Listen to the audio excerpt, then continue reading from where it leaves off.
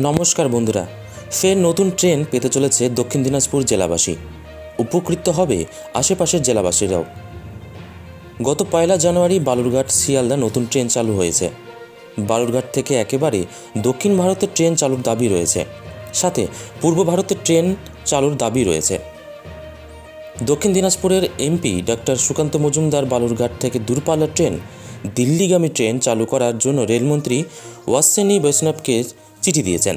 এদিকে দক্ষিণ দিনাজপুরের বালুরঘাট থেকে সরাসরি গুয়াহাটির নতুন ট্রেন খুব শীঘ্রই শুরু হতে পারে।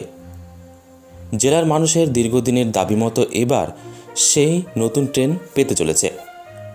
চলতি মাসে সেই নতুন ট্রেনের ঘোষণা করতে পারে রেল মন্ত্রক।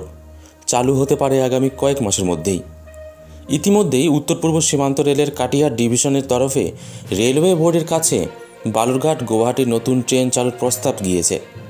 সেই প্রস্তাব বর্তমানে রেল মন্ত্রক পর্যালোচনা করে দেখছেন।